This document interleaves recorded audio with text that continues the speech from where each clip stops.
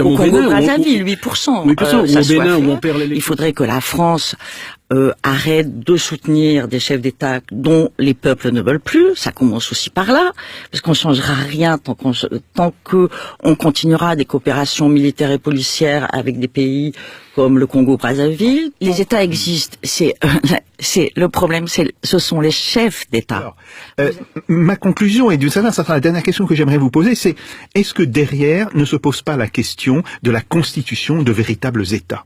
Est-ce que ce qui manque à l'Afrique, ce n'est pas en réalité la constitution de véritables États, des États qui seraient capables justement de porter cette politique de développement? Les États existent. Le problème, ce sont les chefs d'État.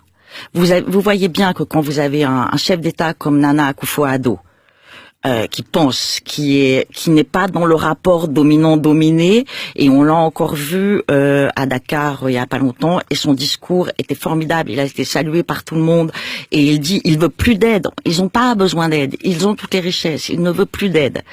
Donc le problème c'est pas les États, ils existent, c'est des chefs d'État. Et à ce moment-là, c'est les interférences dans les élections, surtout mal faites, c'est-à-dire qu'il y a toujours tous les États interfèrent avec tous les États. On va pas faire de l'angélisme, ça existe partout.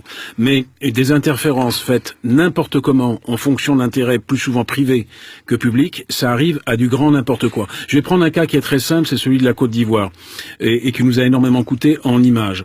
Et peu importe, le problème n'est pas de dire tel est bien, tel est mauvais, mais la façon, la méthode utilisée pour changer de pouvoir et imposer quelqu'un qu'on préférait, ou plutôt que les États-Unis préféraient, à la place de quelqu'un qu'on n'aimait pas, et qui pourtant avait d'excellentes relations avec les États-Unis, a été désastreuse. On aurait au moins pu faire le travail proprement.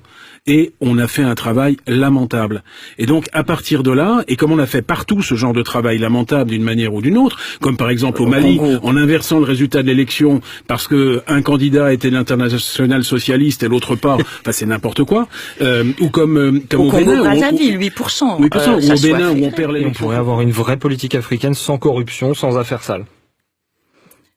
Oui, on pourrait avoir une vraie politique africaine gagnant-gagnant, sans corruption, sans affaires sales. Mais à ce moment-là, il faudrait que la France arrête de soutenir des chefs d'État dont les peuples ne veulent plus. Ça commence aussi par là, parce qu'on changera rien tant que on continuera des coopérations militaires et policières avec des pays comme le Congo-Brazzaville, tant qu'on continuera à soutenir Faure Gnassingbé alors que sa population n'en veut plus au Togo et qu'il y a des manifestations sans arrêt.